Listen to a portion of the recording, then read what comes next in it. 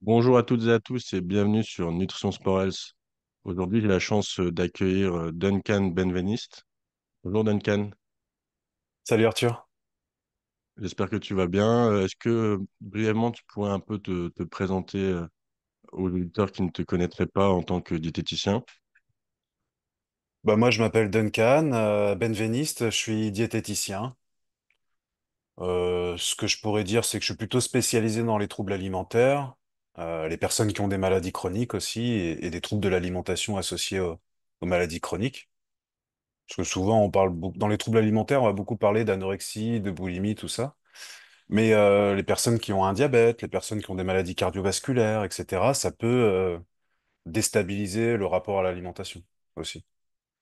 Donc j'accompagne ce type de personnes-là et je suis ingénieur en pédagogie aussi dans la santé, c'est-à-dire que je sillonne un peu les cliniques, les hôpitaux, les équipes de soins en France.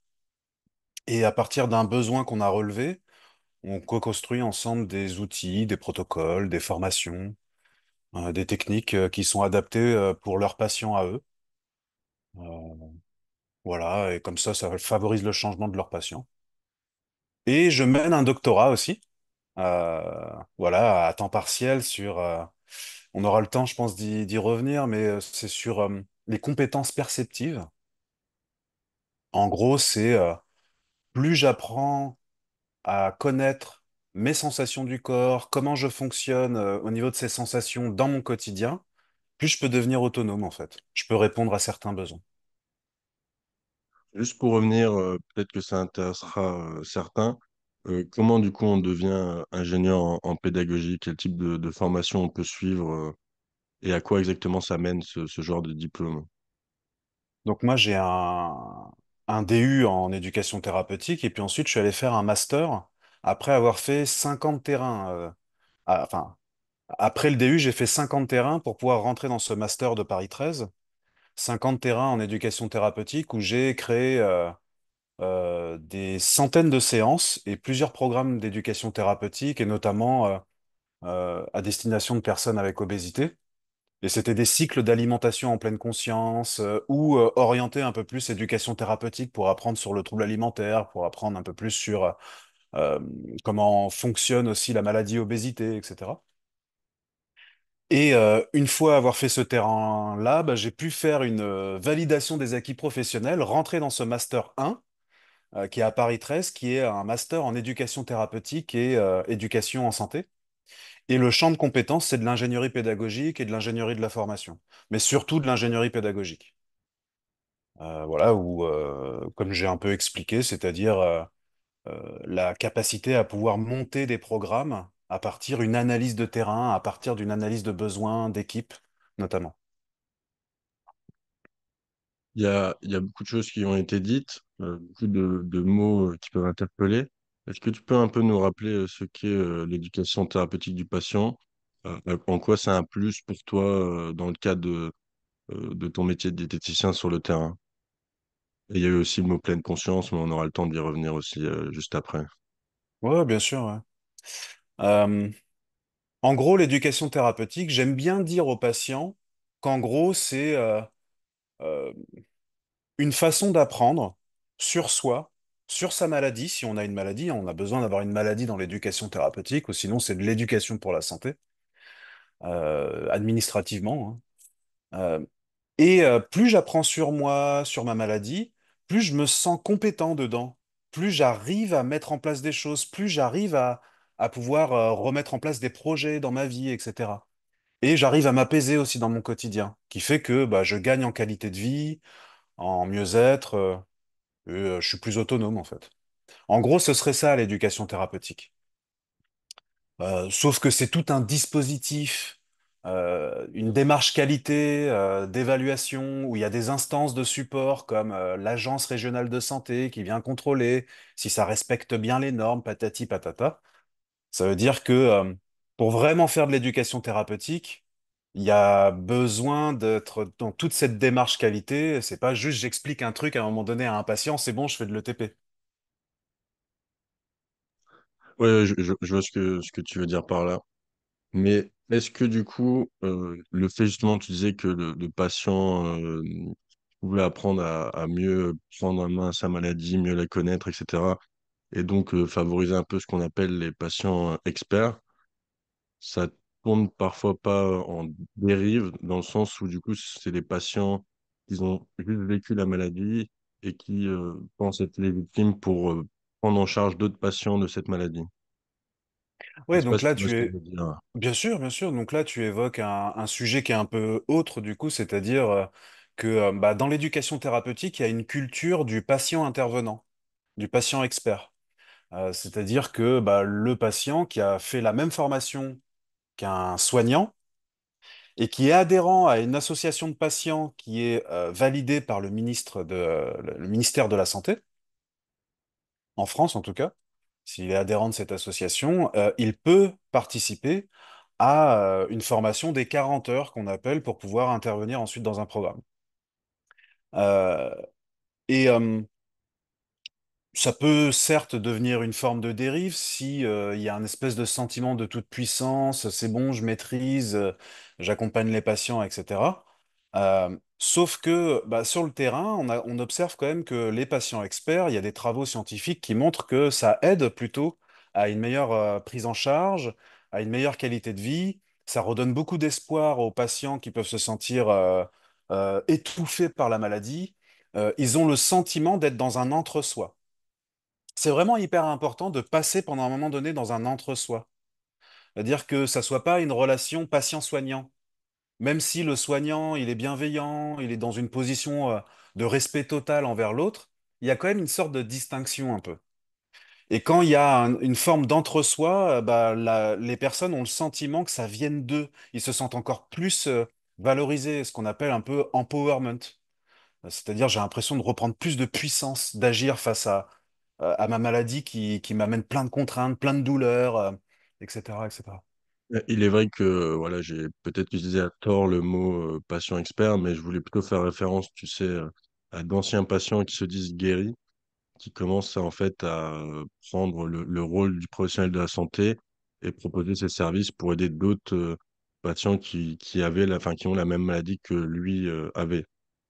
Je sais pas si tu as déjà, parce que je vois beaucoup de coachs en TCA sur les réseaux qui étaient d'anciens patients et qui commencent maintenant à faire des formations pour aider les autres malades, mais sans avoir fait des formations dans la nutrition ou en tant que professionnel de la santé. Écoute, c'est une population que je connais pas beaucoup, hein, ces coachs en TCA, etc. La seule chose, c'est que je ne suis pas forcément contre dans l'idée. J'aime bien aussi que, pourquoi pas, qu'il y ait un moment donné dans le parcours d'un patient qui puisse rencontrer un autre patient qui a avancé dans sa maladie, mais qui est dans une démarche éthique. C'est le principal, en fait. S'il y a une formation continue, s'il y a des débriefings, s'il y a de la supervision chez ce coach en TCA, euh, bah, globalement, il est plus éthique qu'un soignant qui ne fait aucune supervision, qui ne fait aucune analyse de pratique, qui ne fait aucune formation continue, juste parce qu'à un moment donné, il a eu un titre il y a 15 ans, sauf que bah, ça bouge tout le temps, la recherche au niveau scientifique, ça bouge tout le temps, les traitements. Et sur le plan relationnel, on a besoin de débriefer en permanence. C'est-à-dire que la relation humaine, c'est pas c'est bon, j'ai un titre un jour, je maîtrise. C'est en permanence, on a besoin d'être supervisé sur bah, ce que je projette au niveau émotionnel, etc. Ça peut être difficile à vivre, il y a des choses que je me rends pas compte et c'est grâce à l'analyse de pratique que je peux bah, prendre du recul et pas projeter, par exemple, mon vécu de patient sur l'autre. Un truc un peu narcissique, tu sais. C'est très intéressant d'avoir ton point de vue sur cette question, parce que c'est vrai que j'ai déjà posé à d'autres personnes et les retours étaient plutôt négatifs, dans le sens, ah, encore des charlatans qui veulent outrepasser leurs compétences, ils nous prennent notre boulot. Et finalement, toi, j'ai trouvé ça très intéressant le fait que tu disais que c'était plutôt, au final, positif si c'était fait dans un cadre éthique avec quelqu'un qui s'y intéresse vraiment et qui essaye de se former continuellement. Et c'est vrai que la formation continue, c'est aussi un gros point, en tout cas en Belgique. Je pense que les diététiciens aussi sont sujets à la formation continue en France, mais moi, ce que je remarque, c'est quand même beaucoup de professionnels de la santé, diététiciens et autres, qui négligent un peu leur formation continue. Alors que, comme tu l'as dit, tous les jours, la recherche avance et faut pas lâcher ça, quoi. On est d'accord hein, là-dessus, moi je te suis à 100%. Le problème, c'est que quand tu es coach en TCA, c'est que, elle est où la charte déontologique? Elle est où vraiment la colonne vertébrale un peu déontologique? Après, je pense que c'est quelque chose aussi à questionner dans la population des diététiciens. Je connais pas bien en Belgique, hein, mais en tout cas en France, c'est un truc à questionner sur la déontologie aussi du diététicien qui accompagne des patients autour du comportement alimentaire, etc. Donc, je suis pas sûr que ça soit très clair notre déontologie autour de ça, etc. hein. Moi, j'observe plutôt que chez les soignants en France, les deux seules professions où il y a une vraie culture de la supervision et de la formation continue, c'est chez les psychologues, et encore, c'est en train de se perdre petit à petit, et chez les médecins. Sauf que les médecins, ils travaillent pas beaucoup sur leur vulnérabilité de façon continue. Ils vont travailler plutôt sur les dernières études qu'il y a. C'est un travail plus cognitif qu'un travail sur leur Ouais, effectivement. vulnérabilité dans la relation patient-soignant, quoi. Mais après, ce que tu dis, c'est intéressant parce que ce qui sépare les médecins des diététiciens, c'est que les médecins ont un ordre, ils sont supervisés, contrôlés, et donc la formation continue est obligatoire. Je ne pense pas que ce soit le cas ni en France ni en Belgique. Pour C'est les ça aussi. diététiciens? Ouais, je ne pense pas que ce Ouais. soit encore Non, non. vraiment mis en place une vraie formation continue avec bah voilà, autant d'heures dans l'année, avec des crédits attribués. Je pense. En fait, je suis sûr en Belgique, ça se fait pas. En France, c'est possible. Faudrait que je me renseigne parce que ça pourrait être intéressant à savoir. Faut justement s'améliorer par rapport à nos voisins. Mais ouais, moi, je trouve ça triste que malheureusement, pour des statuts juridiques, on a du mal à pouvoir faire de la formation continue, enfin, en tout cas, produire de la formation continue pour les diététiciens. Parce que là, c'est le cas. Ouais, La FDN n'est pas un ordre. D'ailleurs, ça fait beaucoup de débats en France, hein, le fait que maintenant, il y a le grade qui commence à apparaître, une sorte de syndicat pour les diététiciens, alors que, à mon sens, ça devrait être l'AFDN qui devrait être le syndicat des diététiciens. Mais ça, c'est encore une autre histoire. Je sais pas ce que tu en penses un peu de tout ça, du grade, de l'AFDN. Est-ce qu'il nous représente bien en France? Est-ce que tu as un avis ouais. là-dessus? Écoute, pour être tout à fait honnête, je sais pas en fait. Je connais pas assez le contenu, ce qui est proposé, etc. Euh, voilà, donc j'ai je peux Si pas tu sais répondre à pas, il n'y cette a pas de question en souci, hein. fait. Ouais, ouais, Pas de je souci. peux pas Moi, te j'ai répondre à juste, ça. enfin, j'ai entendu le grade de nom, donc voilà, je me suis plus brièvement intéressé, mais enfin, moi, je ne comprends pas trop pourquoi on a besoin encore d'une nouvelle structure pour soutenir les diététiciens alors qu'il y a déjà une association professionnelle en place, donc la FDN. Après, j'ai quand même eu pas mal de retours que certains diététiciens, surtout indépendants, se sentaient pas, comment je veux dire, suivis, reconnus par la FDN, qui était très focus sur tout l'aspect clinique. Euh, mais voilà, après, faut voir comment améliorer les choses, parce que si le grade est né, c'est qu'il y a des vrais besoins qui sont pas remplis par la FDN, notamment. Donc, faut voir si c'est pertinent d'avoir encore une autre structure. Mais bon, revenons à l'ETP et à la pleine conscience.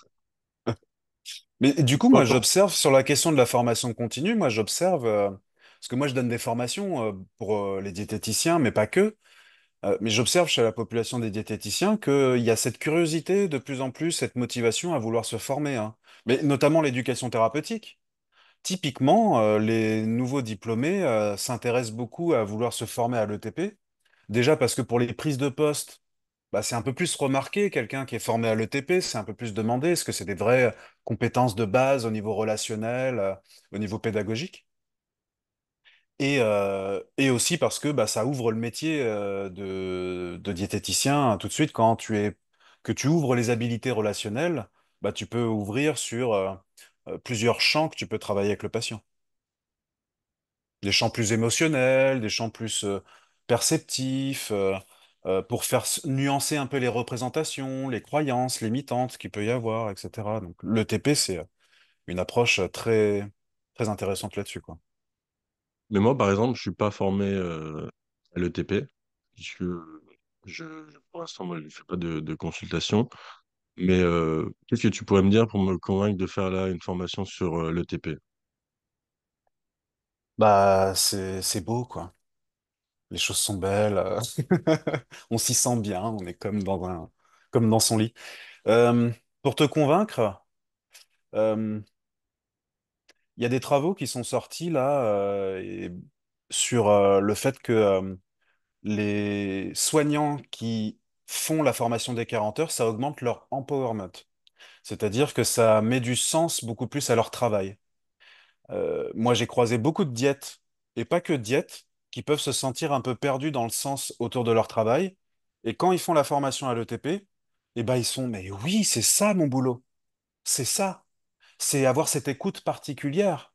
Et à partir de cette écoute particulière, avoir des informations plus précises pour pouvoir proposer des choses, pour pouvoir refléter aussi certaines choses, créer du lien. On sait qu'aujourd'hui, pour favoriser le changement, l'une des bases, c'est créer l'alliance, créer du lien avec la personne. Si t'as pas de lien avec la personne, ça va être compliqué de favoriser le changement. Or, nous, ce qui nous intéresse dans la maladie chronique, c'est que le patient, il s'approprie des nouveaux comportements de santé, qu'il puisse débloquer certaines choses en lui qui sont un peu chroniques, du style à toujours manger de cette façon-là, un stress chronique, par exemple, dans son quotidien. Et grâce à cette écoute fine et à cette alliance, eh ben, il sera beaucoup plus ouvert, beaucoup plus à même de pouvoir être aller vers le changement. Ça, c'est une première chose. Et puis ensuite, l'ETP te permet de toute une conceptualisation aussi d'outils que tu peux proposer au patient pour travailler sur des compétences en particulier pour lui, des compétences pour qu'il soit plus fin sur ses sensations alimentaires, sur la gestion du stress, des compétences aussi pour qu'il puisse sortir un peu de ses croyances limitantes autour de l'alimentation, que les féculents, ça fait grossir, etc., par exemple. Bah, écoute, tu m'as donné envie de faire une formation, donc il faudrait que je me renseigne prochainement.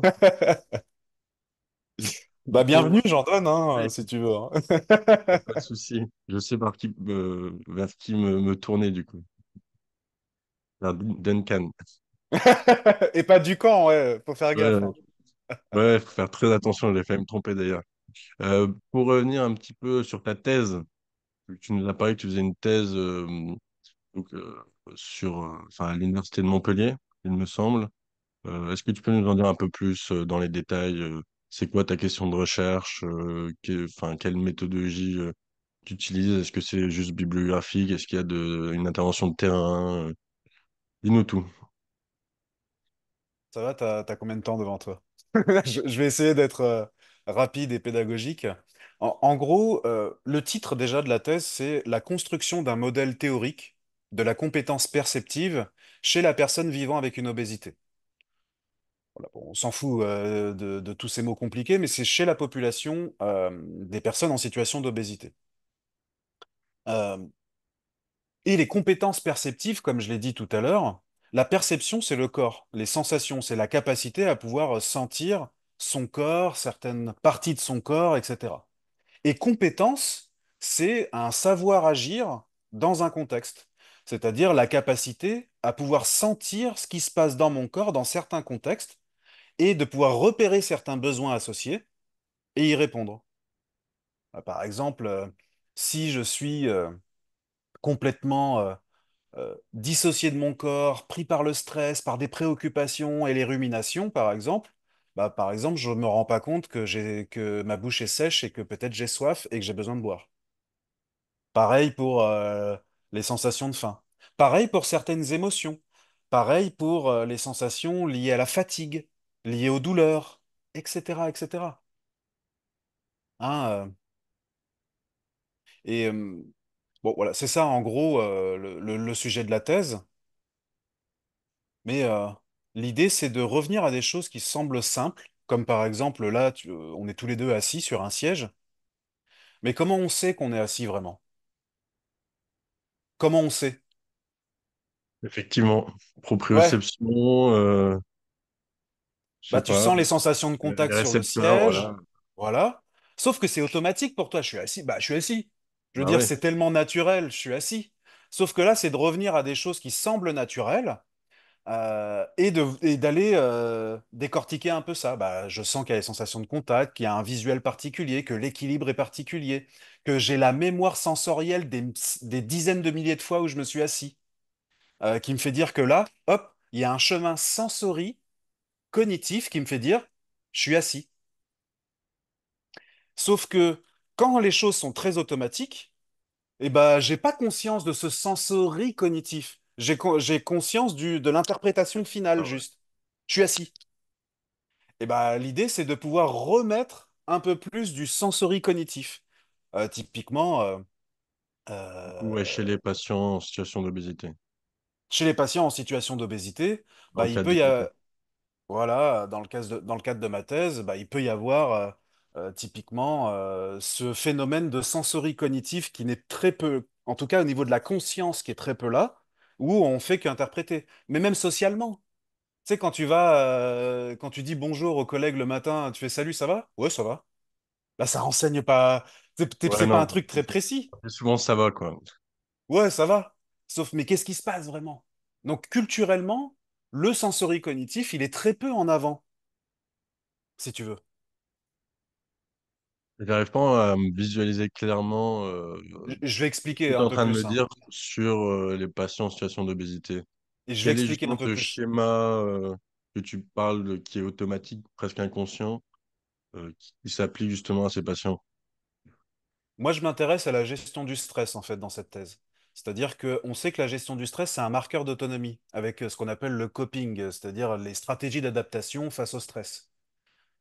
Plus je suis en capacité à faire face à mon stress dans différentes situations, plus je suis autonome pour mettre en place des choses.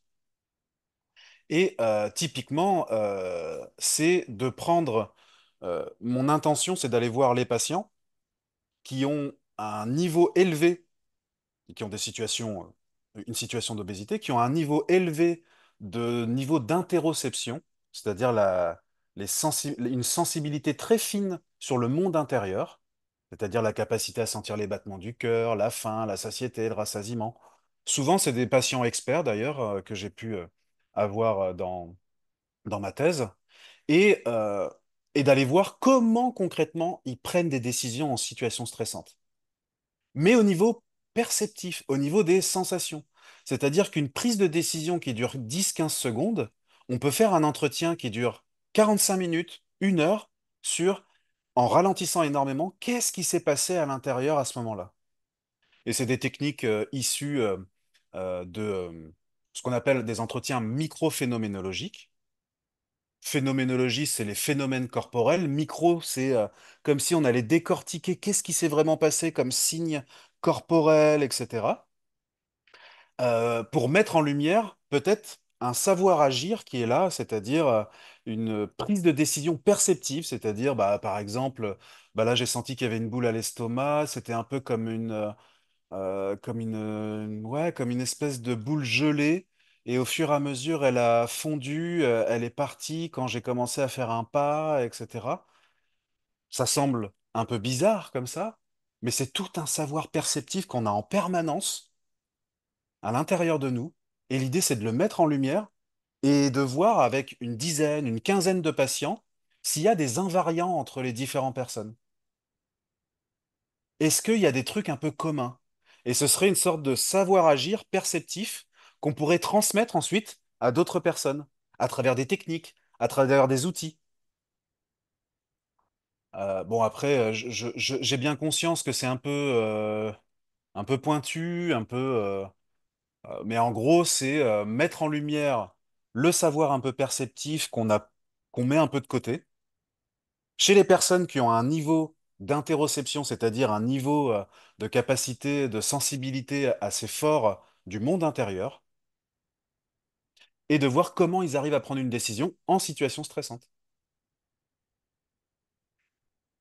Bah écoute, toi, ça a l'air très intellectuel, en tout cas, comme thèse. Très Euh, corporel aussi, oui, du coup. effectivement. Je voulais avoir ton avis sur ce que tu penses de l'alimentation intuitive. Bah, En fait, si tu veux, moi, je suis pas forcément formé à l'alimentation intuitive, je suis formé plus à ce qu'on appelle l'alimentation en pleine conscience. Mais ça partage des courants et des philosophies qui sont assez proches finalement. Je trouve très intéressante la philosophie qui a derrière l'alimentation intuitive, c'est-à-dire le côté, le militantisme qu'il peut y avoir à travers les approches restrictives autour de l'obésité, c'est-à-dire il faut absolument faire des régimes, faire de l'activité physique, transformer son corps, lutter contre son corps, etc. Et bah, ce que dit l'alimentation intuitive, c'est non, non, non, on s'en fout de ça. Enfin, on le prend en compte, certes, pour le patient, pourquoi pas, mais on va plus s'intéresser à au bien-être là qui est là que je peux mettre en place, à vivre dans mon corps là et à aller vers des choses plus intuitives dans mon alimentation. Parce qu'on a remarqué que plus on lutte avec son corps, moins on est dans des comportements intuitifs et conscients. On est plus dans la tête, on est plus déconnecté de son corps et plus on va vers quelque chose d'intuitif, de conscient, plus on refait du lien vers quelque chose de plus fluide entre bah, mes sensations du corps, mes besoins, ce que j'ai besoin de manger, ah bah je mange ça, je le mange et puis basta. Mais je suis pas un expert de l'alimentation intuitive, Moi non plus, plus, t'inquiète pas. plus expert de l'alimentation en pleine conscience. Ouais, bah moi, du coup, je m'étais aussi renseigné sur la question et c'est vrai que c'est difficile d'avoir un avis très tranché sur la question parce il y a l'air d'avoir plein d'aspects positifs pour les patients de l'alimentation intuitive, mais aussi beaucoup de points négatifs puisque voilà, si on dit par exemple à un patient en situation d'obésité, bah, écoutez vos sensations alimentaires, mangez de manière intuitive, etc. Sachant que dans la physiopathologie d'une personne en situation d'obésité, il y a déjà des décalages dans les réponses physiologiques, notamment dans tout le circuit de la satiété alimentaire, etc. Bah, ça va être difficile qu'il écoute justement ces sensations alimentaires alors qu'elles sont biaisées de par la physiopathologie. Donc, c'est ça que je pense qu'il faut être prudent avec ce courant, que, comme tu le dis, il y a des aspects positifs qui rejoignent l'alimentation en pleine conscience. Je pense qu'il est beaucoup plus sûr, en tout cas au niveau thérapeutique. Mais justement, parlant de l'alimentation en pleine conscience, est-ce que toi, du coup, tu le pratiques dans tes consultations? Parce qu'il y a beaucoup de diététiciens maintenant qui font, tu sais, le petit exercice de déguster un carré de chocolat ou un petit bout de sucre. Alors déjà pour rebondir sur ce que tu as dit, et je te remercie de l'avoir dit, c'est-à-dire qu'il y a des situations physiopathologiques et psychopathologiques, hein, pas que physiopathologiques, où l'alimentation intuitive, il semblerait que ça soit pas tout à fait indiqué en premier lieu. Euh, mais moi, je suis pas un expert hein, autour de ça. Et pareil pour l'alimentation en pleine conscience. Hein, je vais plus parler d'alimentation en pleine conscience si tu le veux bien. Oui, On oui. sait que par exemple, chez les personnes qui sont en situation d'obésité, ce n'est pas l'injonction manger de façon intuitive. Ce n'est pas l'injonction manger de façon euh, à obéir à vos sensations alimentaires. Sinon, tu mets la personne dans un état d'échec la plus totale si elle a des troubles au niveau de ses sensations alimentaires. Euh, L'idée, c'est plutôt de manger de façon plus consciente. Peu importe qu'il y ait des sensations ou pas, on s'en fiche. On s'en fiche dans l'alimentation en pleine conscience. On ne cherche pas à sentir quelque chose, on cherche simplement à s'entraîner à être là. Au moment Ça n'a présent. rien à voir, hein. Ça n'a rien à voir. C'est-à-dire qu'il peut y avoir cette confusion-là d'absolument avoir un résultat. Il faut que je sente un truc. Non. Le résultat, je suis déjà arrivé, en fait, en observant ce qui se passe pour moi, à l'intérieur de moi. Des sensations physiques, certes, mais aussi bah, l'absence de sensations à cet endroit-là. Et c'est comment pour moi d'observer qu'il y a une absence de sensations ici et de rester avec ça, de s'entraîner. On s'en fout. Après, il y a toute une rééducation, attention, hein. Oui, bien sûr. Et donc, il y a à prendre en compte, si tu veux, l'alimentation intuitive, l'alimentation en pleine conscience ne sont que des techniques. Ce ne sont pas des garants éthiques. Si on veut être éthique, il nous faut faire de la physiopatho et de la psychopatho.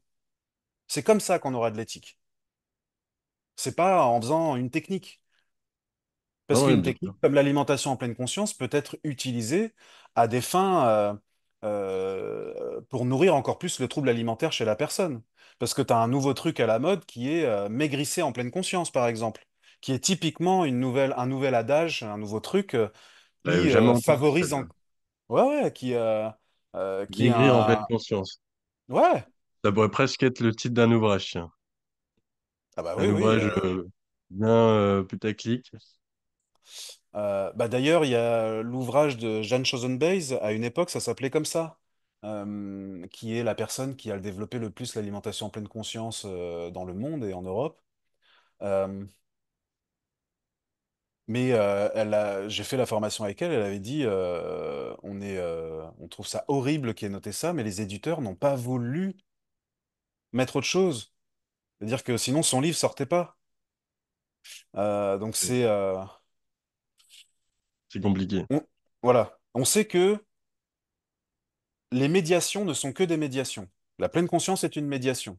Mais si on met des intentions de vouloir absolument perdre du poids derrière ça, eh ben, il y a un risque de nourrir encore plus le symptôme qui est derrière. Et donc là, on entend quoi? Eh ben, c'est grâce à la physiopatho et à la psychopatho que je vais pouvoir être éthique pour adapter les techniques. Là, pourquoi pas être sur de l'alimentation intuitive? Là, peut-être pas, c'est peut-être pas le moment parce que c'est pas adapté, comme tu dis, les désordres au niveau de la ghréline, de la leptine, etc. Et puis les troubles dissociatifs aussi liés aux troubles de stress post-traumatique qu'il peut y avoir, etc. On a beaucoup parlé donc du coup de ton aspect chercheur, ton aspect ingénieur en pédagogie. On ne s'est pas beaucoup attardé sur ton aspect clinicien spécialisé dans les troubles du comportement alimentaire. Euh, Brièvement, voilà, quels seraient les tips que tu pourrais donner aux jeunes diététiciens qui veulent justement se former à prendre en charge les troubles du comportement alimentaire? Euh, Je te remercie pour ta question parce que bah, j'imagine qu'il y en a pas mal qui se posent cette question-là parce que moi, de ce que j'observe chez les diètes, plutôt assez jeunes, c'est que en même temps, ils sont fascinés pour la plupart autour des troubles alimentaires, ça les intéresse, etc. Et en même temps, il y a une crainte, c'est-à-dire, ah bah oui, c'est quand même des patients qui sont en grande souffrance, qui sont très résistants autour du rapport à l'alimentation, donc du coup, qui peuvent être très résistants dans la relation avec le diététicien, du coup.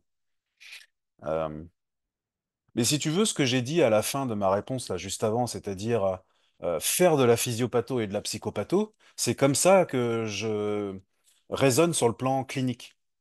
C'est-à-dire que je... Et puis je répondrai aux différents tips, mais je donne un peu mon cadre un peu éthique que j'ai. C'est d'une part raisonner sur la psychopatho et la physiopatho du patient. Or, je ne maîtrise pas tout en tant que diététicien, même si certes, peut-être que j'ai pas mal de compétences et que je fais beaucoup de liens, mais j'ai besoin d'être dans une pluridisciplinarité, du coup, pour être éthique. Puisque c'est la physiopatho et la psychopatho qui nous fait qu'on est éthique, on peut pas tout maîtriser en tant que diète. On a besoin d'un médecin au moins, ou au moins d'un psychologue qui puisse, au moins spécialiste aussi du trouble en question, pour nous éclairer aussi dans la pluridisciplinarité à être plus éthique. Ça, c'est la première des choses. Et concrètement, ça se matérialise sur, bah, à partir des différents signes psychopathologiques et physiopathologiques, que le patient puisse s'approprier ça, c'est-à-dire je fais une éducation thérapeutique là-dessus. Hein, c'est un peu comme si c'était une séance un peu chef d'orchestre sur quoi on va travailler avec le patient.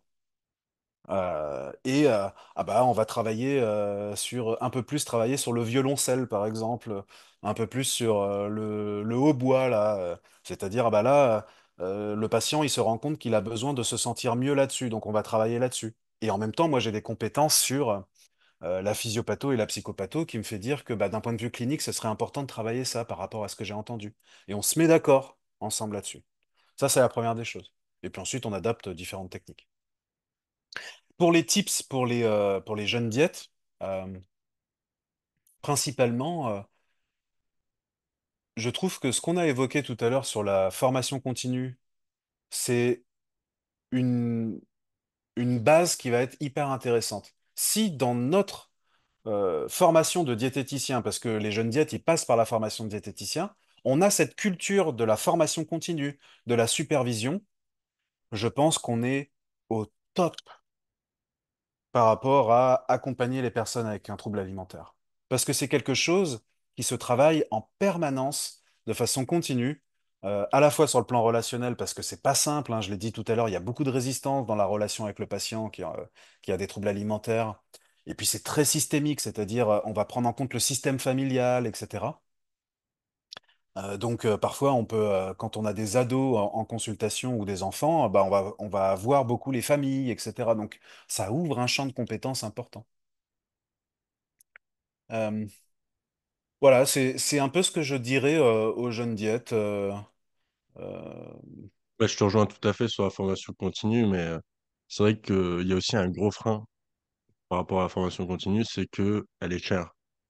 Elle est chère, enfin ouais, en tout cas, moi je la trouve chère et pas assez accessible du coup pour les diètes. Parce qu'au final, il y a très peu de diététiciens qui peuvent avoir des subsides pour assister à des formations ou leur employeur qui leur paye ces heures de formation. Donc c'est souvent une charge financière qui est individuelle.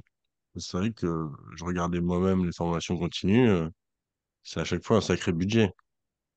Ça, on c'est est d'accord. un des problèmes, ouais. On est d'accord. Alors, déjà, la première des choses, c'est que